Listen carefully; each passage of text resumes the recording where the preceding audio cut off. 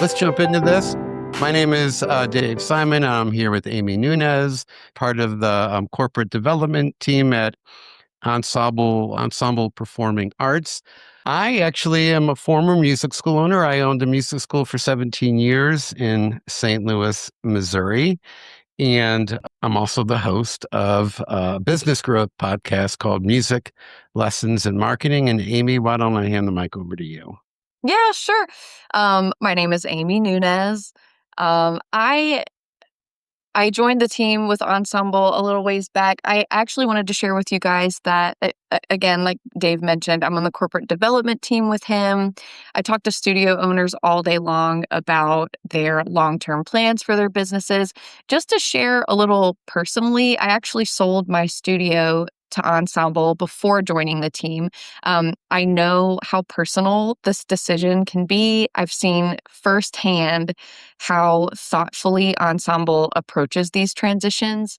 We had a great experience. I ran my music school with my husband, and we had a great experience with the sale process. And now I'm getting to work with the team behind the scenes and helping other studio owners kind of navigate transitioning out when it's time for them.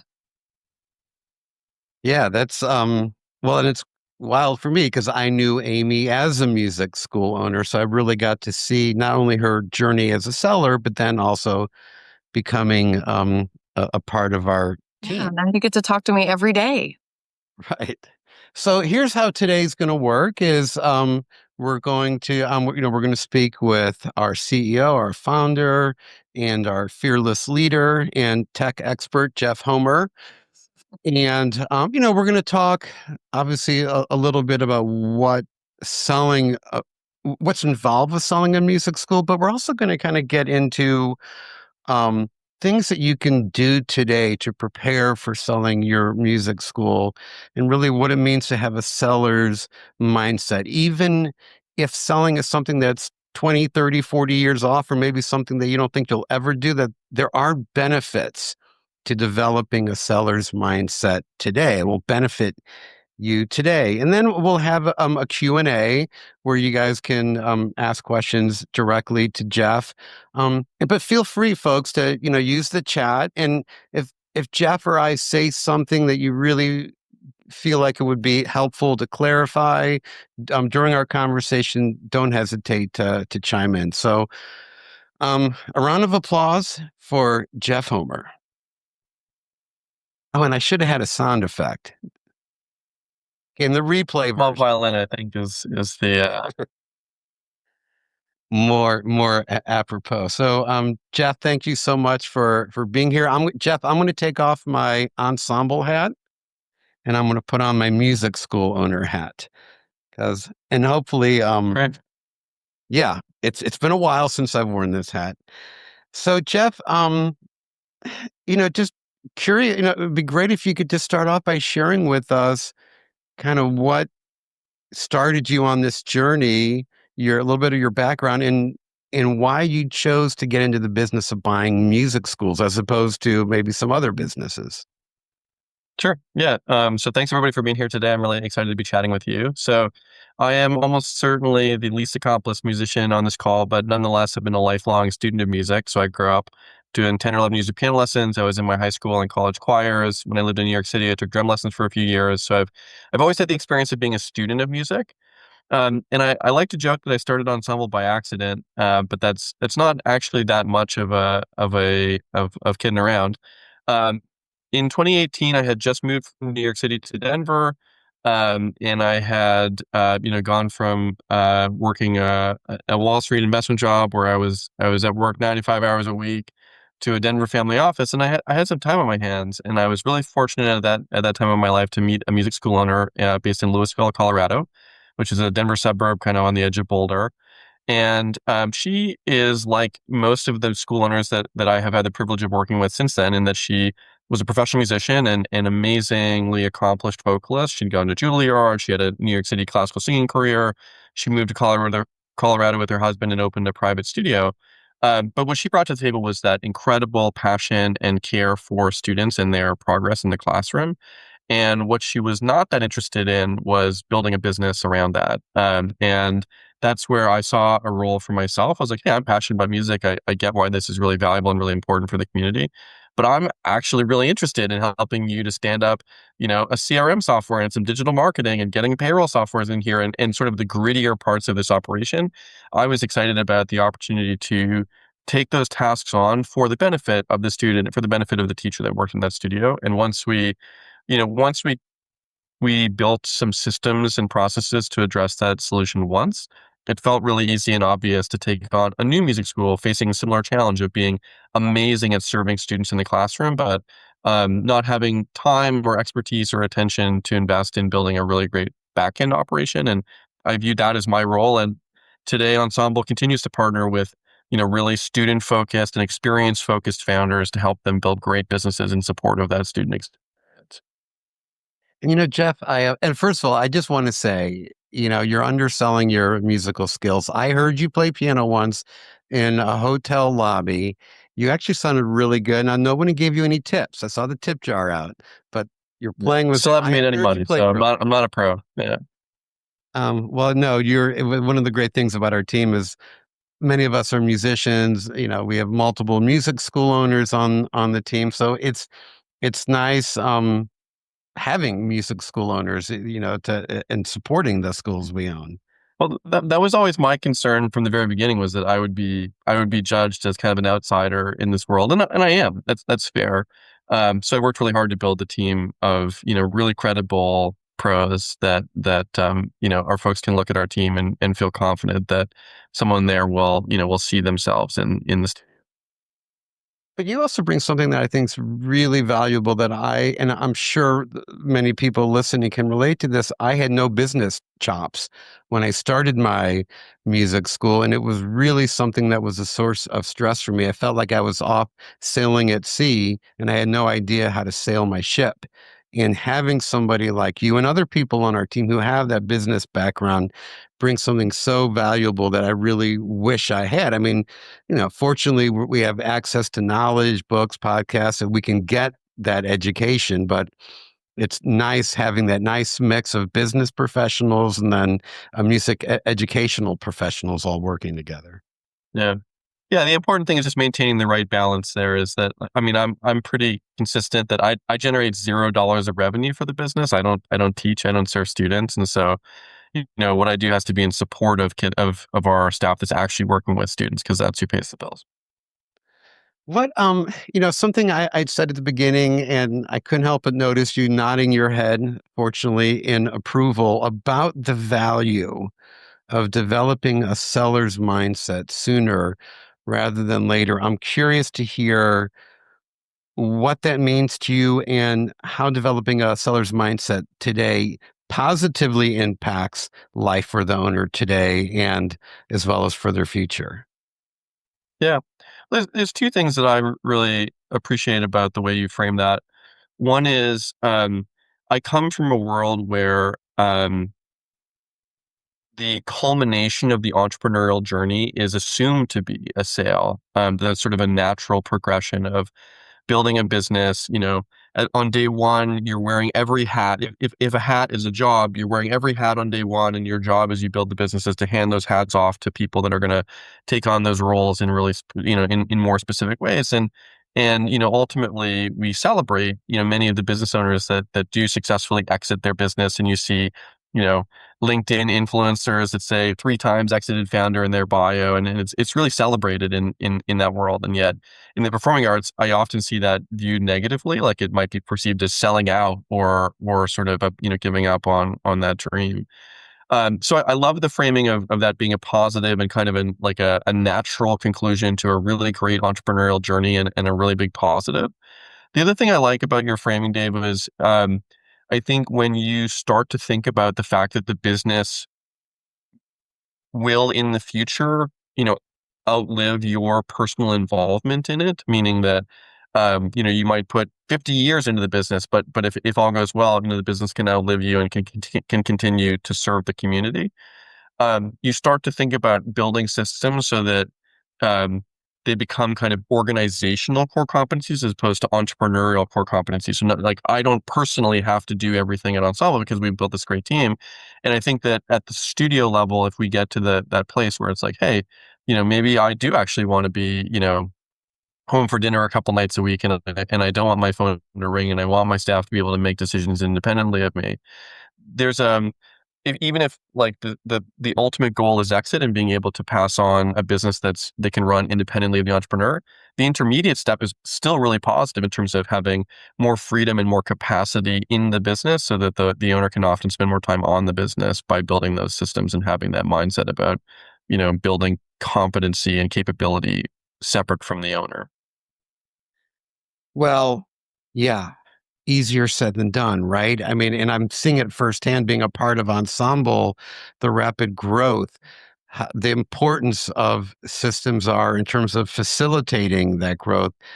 But can you share with us, like, and when I talk to music school owners, I hear this a lot. They understand the value of systems, but they don't know where to begin with developing those. What advice could you give to people in terms of what are some actionable steps that they can implement even today in terms of taking a step forward into systems and operations that will allow them in the near future to maybe step back a little bit?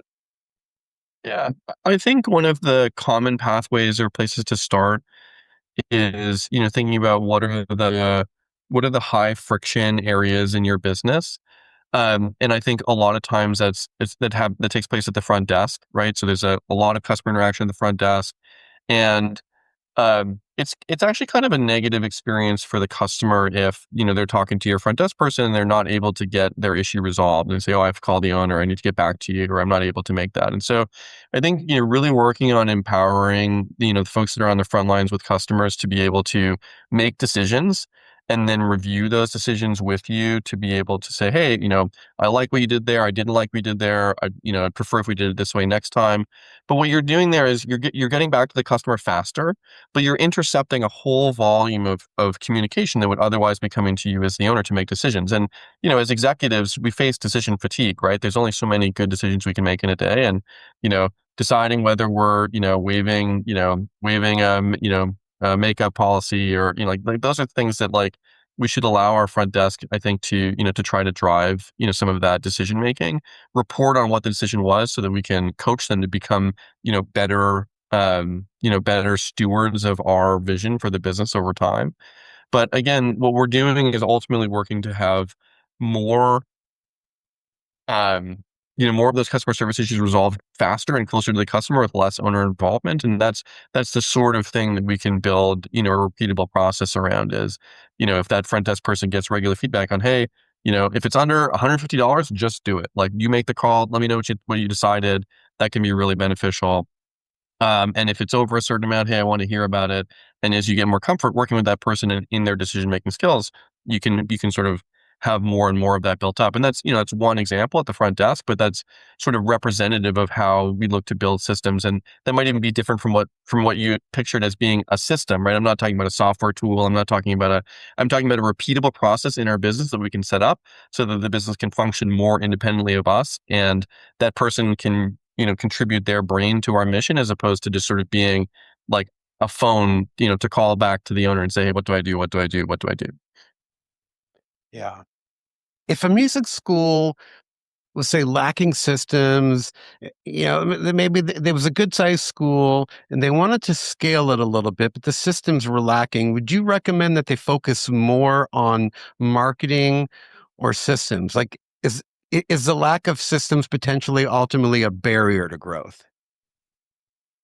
I think definitely, in terms of, if you think about how the intensity of serving a customer, if that just scales linearly, we need more of everything to serve a larger population of students. But if we get better at serving individual students, we can serve a larger volume of them with less intensity. Um, but I mean, I think marketing is a great point to bring up. I think this is the most underinvested thing we see over and over and over again in performing arts and lesson businesses. Is those lesson students are incredibly valuable because they're sticky and they have high customer lifetime value, right? They're going to stay with us for a couple of years. they're worth thousands of dollars in revenue. And yet I often see, marketing budgets of zero or some, like I didn't really know how to think about how to set a marketing budget. So I just invested, what I could.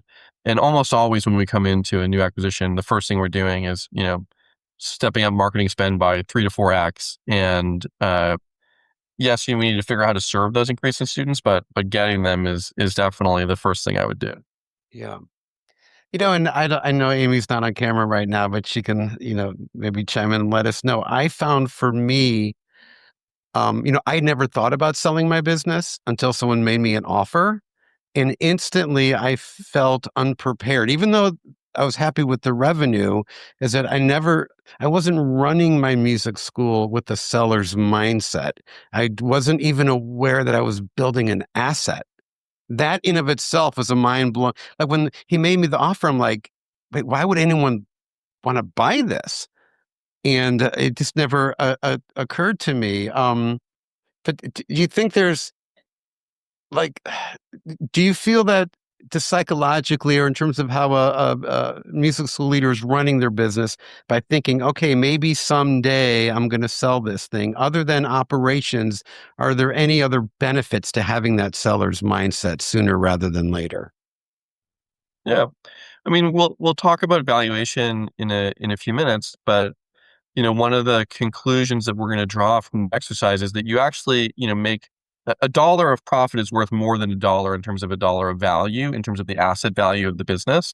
And so there's real multiplicative benefits to if we get better at serving students and at growing our business and we increase that value, we might increase our profit by a dollar, we might increase our value by $3 of the asset that we're building. And so there's, you start to see that as being, not only is it great to take more home to your family this month or this year, but over time that compounds significantly in terms of the asset value of the business. And I think I've seen some people when they've figured that out, like start to really get reinvigorated about the potential returns to growing the business. I think that's such a great point worth repeating. This idea that a dollar earned, a dollar of profits is worth more than a dollar because because when and this might make for a good segue into the valuation, but when it comes to the valuation, we're dealing with multiples of the profits. And I think, yeah, I think it'd be great value as an owner going, hey, I just earned a dollar today, but it's actually worth more than a dollar. It's going to help me pay, my bills today, but it's got value in the future. Um, okay, so yeah, the burning question. Everyone, this is always a hot question. Let's kind of transition into valuation. But before we do, Amie, are there any thoughts or questions or conversations going on that you'd like to share?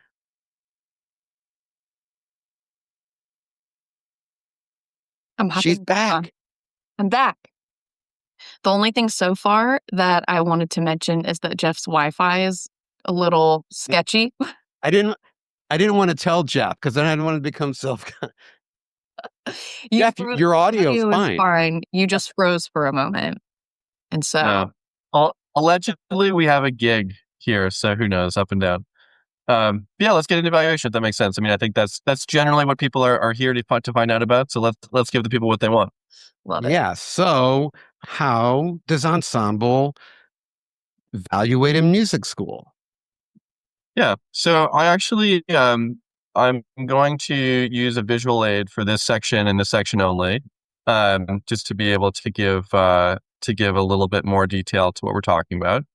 Um, so I'm going to pull this up, but I'm going to try to get it onto full screen and hope that nothing goes wrong here. So this is what we're going to chat about in terms of evaluation. Is that we're gonna do multiplication here. And when we're valuing a business, we're really focused on two components of evaluation. We're trying to build towards a profit metric, and that's this box here. And then we're going to use a multiple as kind of a shorthand for figuring out what a um, it's the inverse of a discount rate or a capitalization rate. We're using a multiple as sort of a shorthand for thinking about how to think about the value of a business, and we're getting to a purchase price. So we'll take those in sequence. So The profit metric that we typically refer to in small business is called seller's discretionary earnings. And, what you need to know about that is right there in the middle word, which is that this is about all the earning power of a business that shows up, regardless of what form it shows up in. So this might be net profits of the business. It might be the salary that you take home from the business. It might be the perks or fringe expenses that you're running through the business. Travel, groceries, auto, things like that, that small business owners often run through their small business for tax reasons. Those are all benefits to the owner, and the owner had discretion over how to spend that value.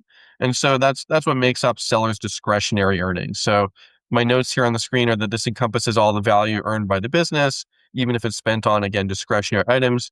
So when we get to SDE, we're typically taking the profit of the business, we're adding back or not counting against, we're not deducting things like depreciation, amortization that are non-cash charges. We're not deducting interest because that's sort of independent of that relates to the way that you finance the business, and a new buyer won't necessarily have to pay, the interest on your loans. If you have a C corp only, you can add back income taxes, personal auto, personal travel, personal meals. And then there's one word here doing a lot of work here, that is excess salary and benefits. So yes, we want to add back the compensation that you pay to yourself, but we also want to critically think about the replacement cost of your time. So if you're teaching in the business and you have, you get 20 students, you're teaching 10 hours a week, we would think about what is the replacement value of your labor. And we would deduct that, and we would think about, hey, if you're spending 20 hours a week at the front desk, or you have important roles in the business like running payroll or collecting revenue, we would think about how much it would cost to replace your time with employee time. But most of us pay ourselves, much more than that replacement cost, and so there's excess salary and benefits that we're working through here. Home office rent, other things like that. So basically, what we're building towards in bucket number one is how much profit does the business generate, regardless of the form that it shows up in, less what would it cost to replace me, if I have key roles in the business. So that's how we're getting to this seller's discretionary earnings. Now, the big question is what are we using to turn that profit number into an asset or a purchase price? And what we typically do in the industry is we look at multiples, and we look at these because it's a really convenient shorthand way of generalizing valuation. There's much more common or complicated ways of doing things. Like we could do a discounted cash flow analysis, or we could really get into details. And in a lot of cases, we'd get back to basically where we would be with the SD multiple. The nice thing about using multiples is that it allows us to look at similar valuations for other transactions of small businesses in our community, right? So just like if I was selling my house and I wanted to know what my house might be worth, looking at my neighbor's recent sale would be a really good way of understanding that. When we own a small business, there are small businesses in our community that transact all the time. And so we can look at what the purchase price or the multiple was for, other beloved local community-based businesses that have transacted before in our market. And what we're typically going to find is that multiples vary a little bit based on the perceived quality of the business. So these are all the things you'd expect. How long have you been in business? How sticky is the customer base? Is the revenue model recurring? Are there good systems and processes in place? Is there a history of growth in the business? Like all of those things are going to positively influence valuation and multiples. But one of the really, really big, almost overwhelming drivers of valuation is size. And company size is correlated with valuation because it's also correlated to risk.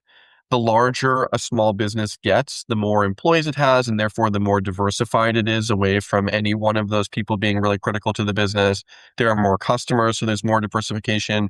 There are generally more resources to be able to afford better staff, more staff.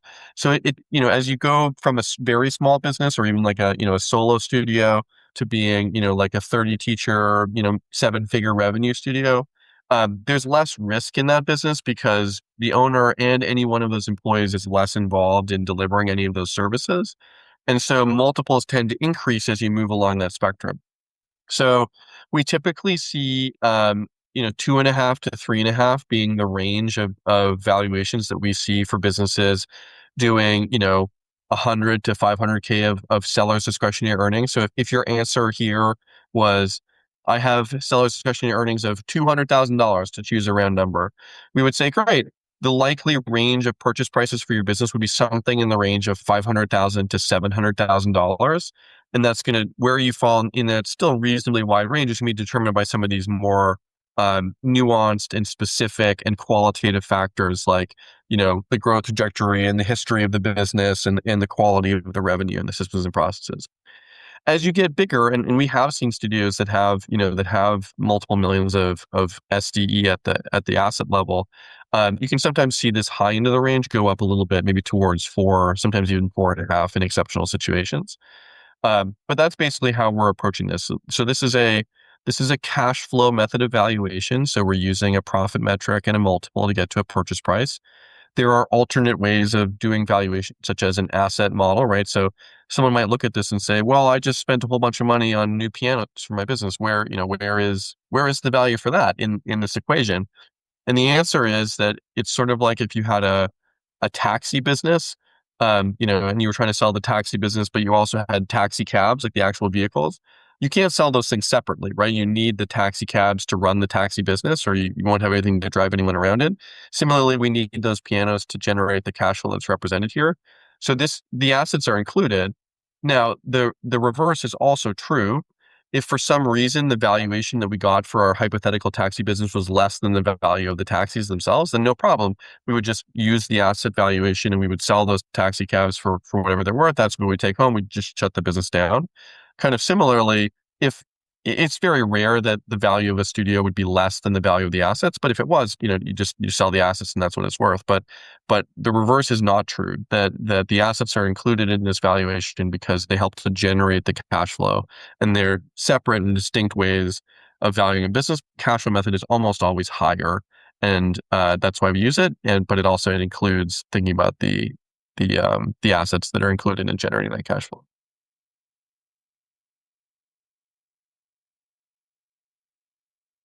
And that's why I opened a music school instead of learning finance.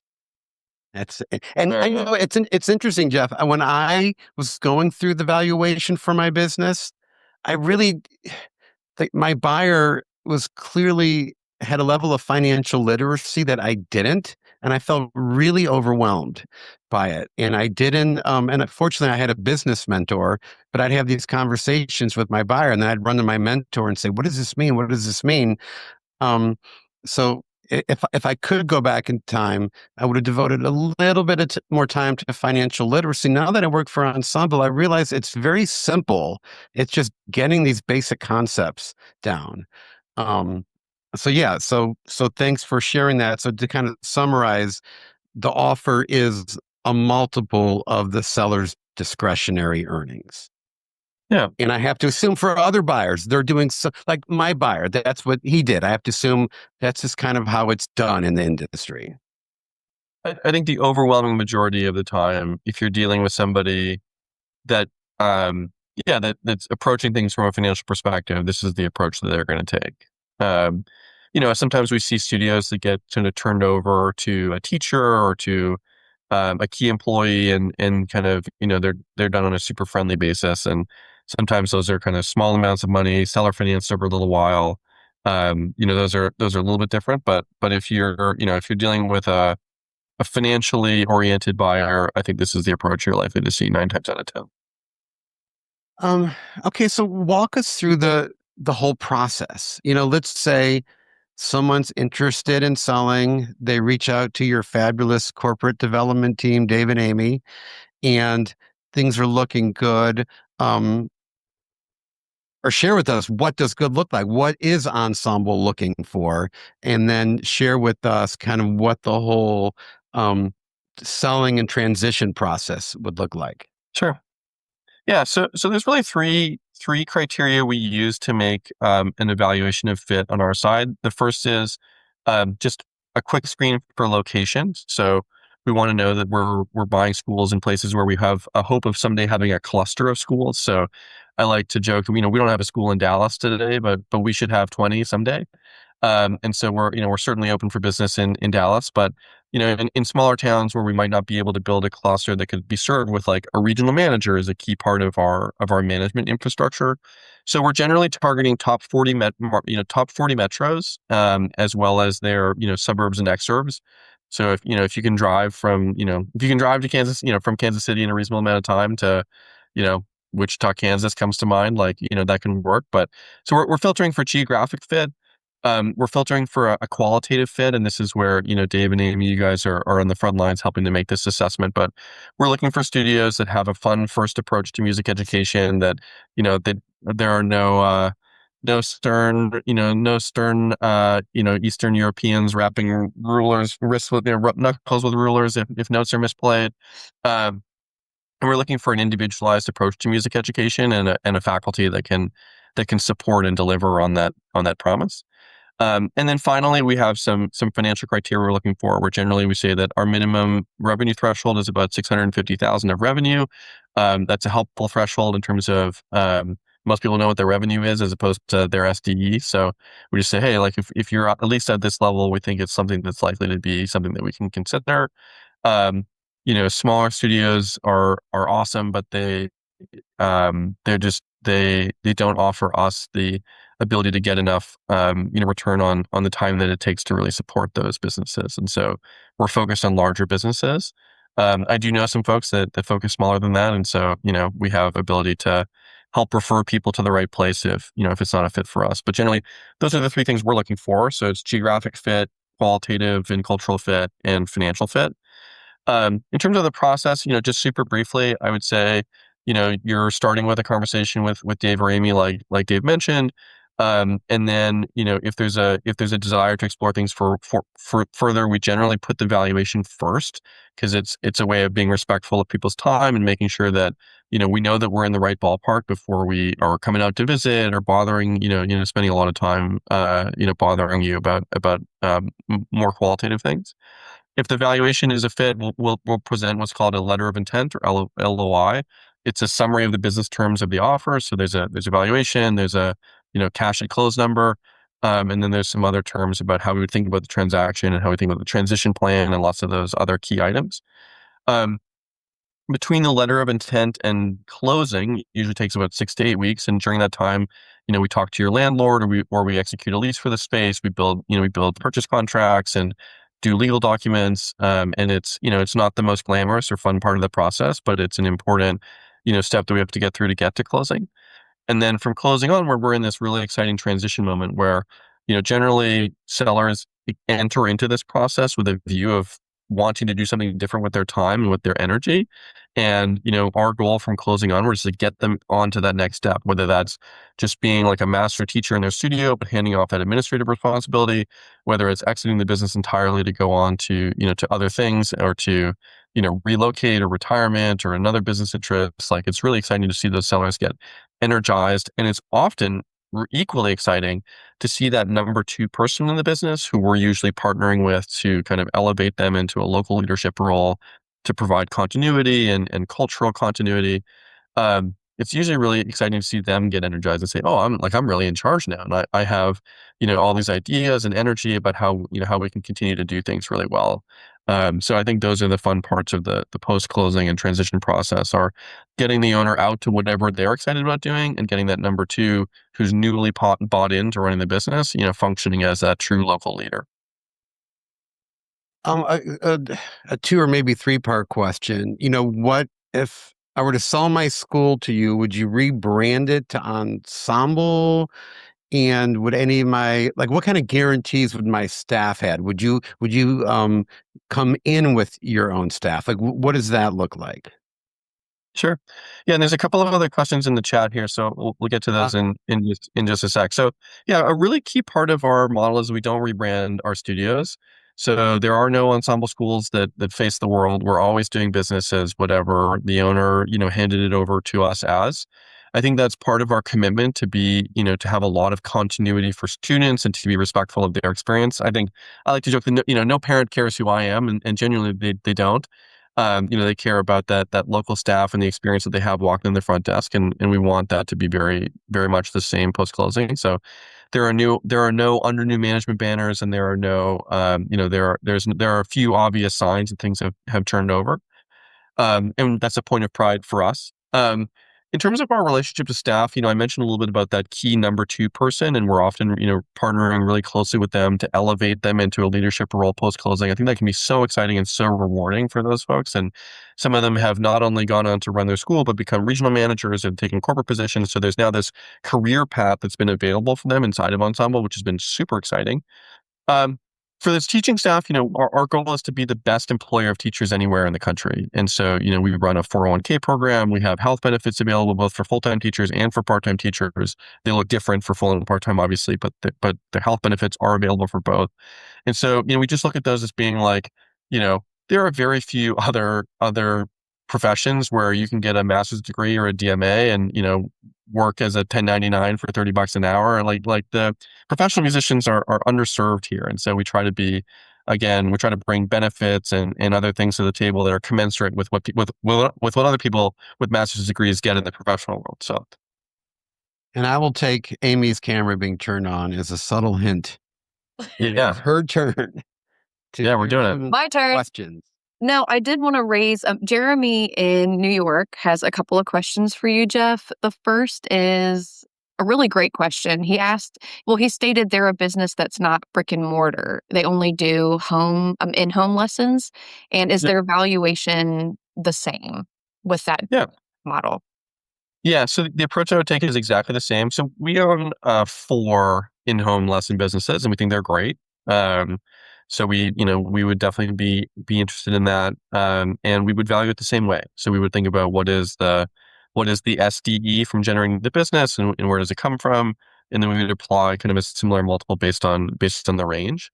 Um, so I had shared, and I'm moving on to Jeremy's question number 2 now. I had shared earlier on, we talked about the financial fit element, right? So we talked about the geographic fit, culture fit, financial fit. We talked about our minimum threshold for financial fit being about 650K of revenue. At typical margin profiles, it's going to mean that the business is doing somewhere in the neighborhood of $100,000 of cash flow. And that's going to be worth something like $250,000 to $300,000 based on our range of multiples we were talking about earlier.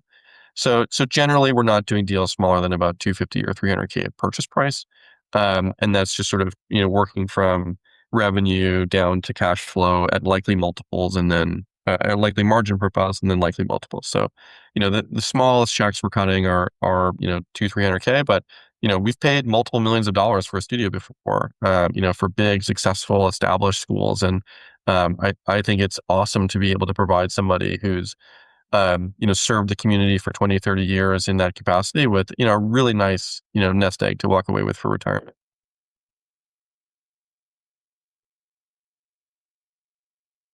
Anything, any other questions or Not at actually, this point. I'd love for you guys to hop in the chat. This is a really great, if there's any, I know that a lot of this stuff is familiar to myself and to Dave and to Jeff. We've heard this explained many times, but when I put my music school owner back on, and I think of myself a few years ago, the first time Jeff was explaining valuation to me, my head was spinning.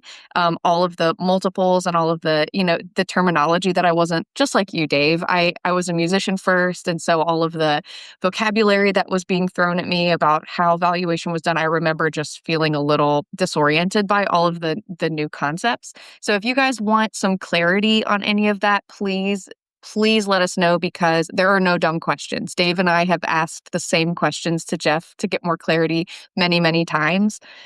So please don't hesitate to drop questions in the chat. yeah, it really took me a while to grasp these concepts because as a music school owner, I cared about two things: how much money is coming in and what's going out. And I used to And the argue, children. right? Well, yeah, this is true. Don't tell any of my old families I just said that. Um, but I used to argue with my accountant. I would say, how come I'm not seeing my credit card payments on my profit and loss statement? To me, it's an expense. And my accountant would try to explain it to me, and I never understood her. And it really wasn't until I started working at Ensemble that I began to understand why. And Jeff, can you kind of share with us what happens to a music school owner if they have debt? And does that negatively impact their valuation? Mm. Yeah, great question. So it does not negatively impact the valuation. but it does impact the owner's take home. So uh, your house or your car are worth the same regardless of how you finance them, right? So whether your house has a mortgage, doesn't have a mortgage, whether your car has a car loan, doesn't have a car loan, it's worth the same as an asset.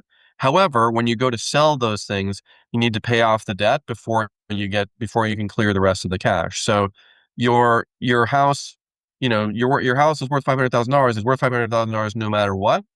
But if there's $300,000 of debt against it, your take home is only 200K. So valuation is exactly the same. It's just, it affects, we need that debt to be paid off. And that comes out of the owner's take home share at closing. Amy, should we get to Mike's question about full line Sure. stores? Sure. You see that? You want to read it? Yeah. Yeah, I did. So Mike just says, "Hey, I have a full line music store. Would you purchase only the lesson side of the business?" And the answer to this is no. We love full line music stores, and we bought our first full line store in 2020, and it was an awesome learning experience for us. I love how the different lines of business in a store complement each other. We have our students coming in and driving foot traffic, and we can rent them instruments, we can help them with repairs, we can sell them accessories. We have, retail customers coming into the store, we can sell them lessons, we can sell them services. So I love how that works together and builds this really beautiful kind of synergistic business. We now have a couple of very large full line stores in our portfolio, as well as a dedicated instrument rental business. So we rent maybe 40 or 50,000 instruments across Ensemble now every year. So these are big parts of our business. We're really enamored with them as well. And we spend a lot of time at NAM and at an ASMD and places like that, looking for places that have connectivity into the full line store market. So We've got now the questions are really rolling in. Okay, Some good let's ones. see. I have another. Go ahead. I didn't mean to talk over someone right there. Sean Carey Music is asking if you have any specific advice on scaling or valuation for a small school, maybe someone who's bringing in under 100,000 a year. Yeah, I think the scaling piece is, I'm going to assume, because almost everybody in this call, and everyone I've ever met in this space, I'm going to assume that like the student experience is amazing. And that's gonna be something I sort of take as sort of table stakes. I think the challenge we have is making sure that we are communicating that well to the market and helping students find our schools and our stores. So I think this is really a marketing problem more than it is a service problem. Um, and I think, being thoughtful and being willing to sort of make the scary feeling investment in marketing dollars and being confident that 5 extra students are really valuable, and getting that every month, can be really beneficial. So I think scaling that up, we do recommend some of the coaching programs that are out there for studio owners. So we think highly of Marty Fort and Mass. We think highly of Johnny Wilson and BAM. So I think those coaching programs, especially for smaller, more upstart schools, can be really beneficial places to start and really good investments. Just getting to the other, this is someone else's question. I'm sorry, they're right next to each other with the same initials. I was going to get to this question about different lines of business within a retail store. So there are parts of, for a full line store that's offering, retail, lessons, repairs, and rentals, there are portions of that revenue base that are recurring, in particular the lessons business and the rental business. And there are parts that are reoccurring, but not, they don't auto debit every month. And so we think full line stores that have a greater proportion of lessons and rentals are on the margin kind of higher quality revenue than the reverse. So we sometimes use 50% rentals and lessons as kind of a minimum threshold when we're looking at a retail store. But I think the more of that you have, the higher quality is and the higher you can expect to land within that multiple range. Great. One thing I think let me quickly scan this question about leases, and then we can get to Scott's question here. So Scott says that he's wrapping up a 10-year lease, been in business 15 years. Is a longer lease more desirable should Ensemble wish to purchase? I think generally speaking, no, because the longer lease removes our optionality to move the business in the future. If it's really full and we need a larger space, or we want to just, go to the landlord and have an opportunity to renegotiate certain elements. Generally a longer lease is prevents us from making changes that we might want to grow the business or to get some opportunity to start a conversation with a landlord about taking additional space or getting them to, you know, paint the outside for us or things like that. So we generally kind of enter into 3 to 5 year leases where we can. We love options to extend those leases. So often we have a 5 year lease with a 5 year option. Like that's really helpful. But I would not say on the margin that the longer lease is better for anybody. Unless you're in a market that has kind of, unusual cost inflation. That's really the only place where that starts to help out is, locking in your lease rate for the next 10 years. But in a place with kind of typical commercial real estate, rents, I think 3 to 5 years is kind of the right range that we would try to land in generally. I'm looking at another question from Jeremy. He said that they have two arms of their business. One is lessons, the other is camps. He was asking if, in preparation to sell, which would be in the future, they both currently are operating under the same S corp. He's asking if they would need to maybe carve out the lesson program to be in a separate corp, or would you look at revenue from each and just carve out the lesson part of that revenue? Yeah, so this is going to be one of my two recommendations for like what do you do today if you're thinking about selling in the future? Like how do you make your business more saleable, to answer the whole question in this webinar? And one of them, there's two stock answers I give to this question every time. The first is dramatic pause. Excuse me. Try to elevate folks within your business to take on some of those management responsibilities and show progress towards having that business be capable of operating without you. That makes your job as owner easier too. So there's benefits to doing that right away, like we talked about giving you time to do other things or to work on the business if you have people that are really capable in the business. But thing number two, and what's directly related to this question that we just got asked, is prioritizing financial hygiene. So if you're thinking about building a business that's saleable, what you're going to need to do is someday show your books to somebody and have them understand the earning power of the business that you've set up. And so you want to make it easy and obvious for them to see what you see in the business and show that value quantitatively. So, one of the really common things I see is like, well, I have two lines of business that run through this one LLC and it's all kind of mumbled and jumbled together. And I think it's this, but I don't really know. And so if we are actually trying to carve the businesses out, like, let's do it. Let's get separate bank accounts. Let's get separate credit cards. Let's have separate QuickBooks. Like, let's really work on keeping these things separate so that when someone does come to look at our business someday, we can show them really confidently, hey, this is part A, I'm keeping that. This is part B, this is what's for sale. And there's a really clear line of demarcation between those things. So that financial hygiene of, and if it's not the multi-location piece, just making sure that, we are, engaging a professional to help us with bookkeeping. We're using QuickBooks. We're doing good record keeping. We're not running frivolous, expenses through the business that are going to obscure the profitability when we do go to sell it someday, or at least if we do, that they're clearly identified and we have good backup for why they're personal expenses and not business expenses. That financial hygiene piece is the second recommendation I usually give to folks that are thinking about positioning their business for sale in the future. Awesome. Jeff, there's one more. There's a question from Tiff. She's asking about multiple locations. So she shared that they're opening up a second location that's 100 miles away from their first, still under the same name and brand and everything. What does that look like if we are, if they're preparing to sell one day for Ensemble, what does it look like if we're looking at two locations, same business, miles apart? Yeah. 100 miles is a big spread. That's impressive. I think in this case, they're far enough apart that we would probably be willing to do either or to do both. I think that they're kind of standalone in that respect. But again, we'd want to know, hey, are there staff that are shared? Are there resources that are shared? Are we getting a good picture of the individual profitability of both of these businesses to know, whether we can buy one and not the other and have a really good view of what that looks like?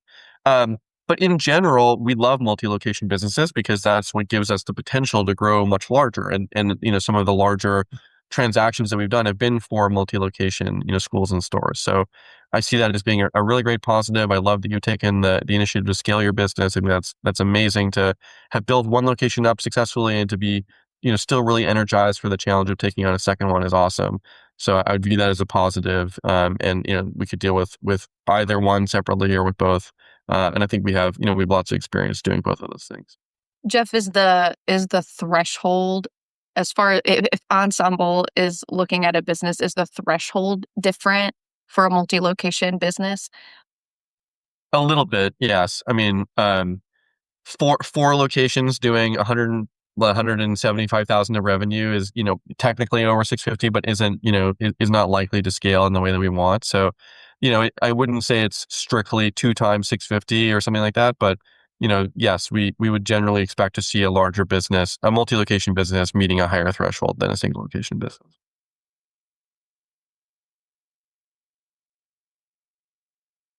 Yeah, I think it was it maybe Sean earlier was talking about the revenue being around 100,000 or maybe under 100,000. One thing I wanted to share with you, Sean, is that when I owned my music school, I could only imagine it maybe making 50 or 100,000 more than what it was at that moment in time. And when I started working at Ensemble and sort of looking at music schools financials, I was blown away to see how many music schools are making, $1 million a year in revenue. And just seeing that number and seeing their like a breakdown of their financials, it just made it seem so much more attainable to me. Granted, my school was nowhere near $1 million, but just knowing that it is attainable with vision and having a plan.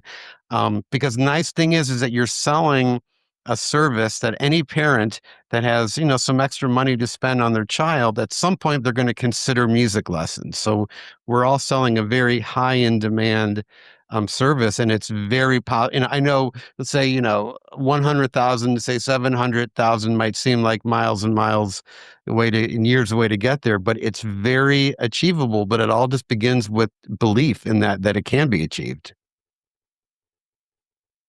It was so inspirational. I know. Like, should we end on an inspiring message? Feel like the music should start fading in. Yeah, that was Um, the moment.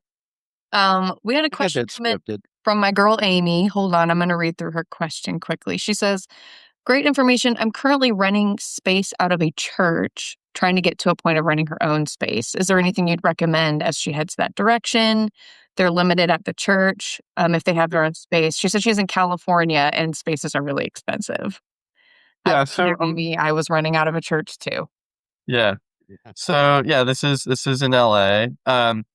I think, or Anaheim. I guess I've been chastised for combining LA and Orange County before, so I'll maybe avoid making that mistake.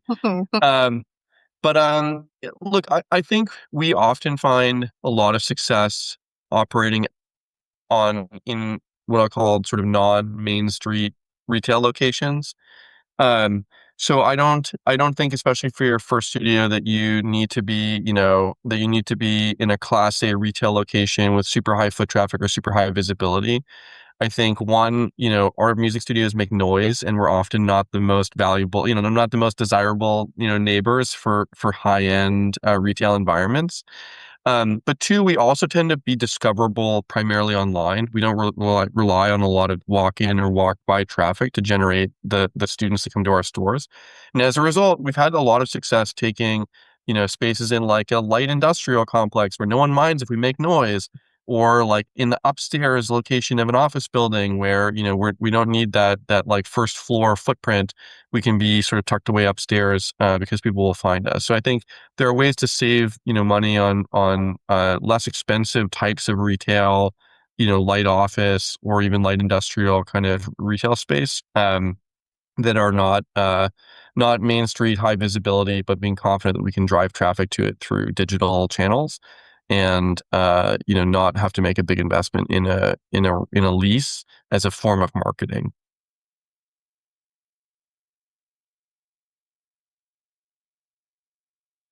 Great. Yeah, I started out renting a choir room before I had my first brick and mortar space. And often I would show up and the doors would be locked, and I would just have to text all of my clients, "I can't get into the church today. Sorry." It's hard when you feel out of control over a space. So yeah, I quickly started looking at options that gave me a little bit more. Oh, they've been in a choir room for 30 Years. years. That's amazing. Same place, same church. Yeah, when I started to get locked out, that's when I knew something needed to change. You know, every music school owner has that story, Amy. And not you, Amy, but you, Amy, but the Amy we're also chatting with. And it that jump from like, hey, I'm renting a space at a community center or at a church, and now I've kind of maxed out. Or maybe it's simple, I'm, making house calls and I don't have any more room to take on students. That leap from that to your own brick and mortar is probably the biggest and scariest business pivot you'll ever make in your life. I think it's even more intimidating than a second location because you've never run a brick and mortar. And it's kind of one of those things when I made that leap and I was petrified, that fear really got me super focused and motivated. I had to fill that building and I knew like I only had like 6 months. Like if I don't fill that building in 6 months, not fill it completely, but dramatically grow the size of my music school, I'm going to have some problems. And that fear really got me focused and motivated, and it paid off. So it's a big jump. It's a big leap. It's the hardest and scariest one you'll ever make, but it's often the best decision you can make. Another inspiring message, Amy. Does feel very scary. Yeah, can't see me, but I'm nodding my head. Okay, that's great. Thanks for sharing that, Amy Elmore. And I think what's also hard about that is all of us, wherever we are in our knowledge of business, we're not as savvy. I mean, once you get into that brick and mortar, your business chops are going to just, skyrocket. You're gonna learn, you're gonna get some real street smarts. But it might give you some peace of mind, maybe just spending some time every day learning about business and, even going to Chat GPT and saying, hey, here's my business situation. I'm running my school out of a church, but I want to go into a brick and mortar. What are some things that I should factor? And, just using that, or even perhaps, if you belong to a church, there might be some older, like retired business people that would love to be your mentor. Having mentors is, I think, one of the most crucial steps when it comes to business. Dave, I think we've hit our hour, and I think we've hit the end of the question list. So I think this has been great. Do you want to say anything to wrap up? No. And I'm Amy Elmore. I'm glad to hear that ChatGPT is your daily business therapy. That's great. Lean into it. It can really help you out. And you guys, we love, Amy and I would love to talk with you. All you have to do is go to welovemusicschools.com. I know none of you will forget that URL. And you just, go in there, you'll see like where you can put in your contact info. And then Amy and I will get that email. We'll schedule a call. We're also going to email out to everybody a replay in case you found this so riveting. You can watch it again, maybe share it with your family.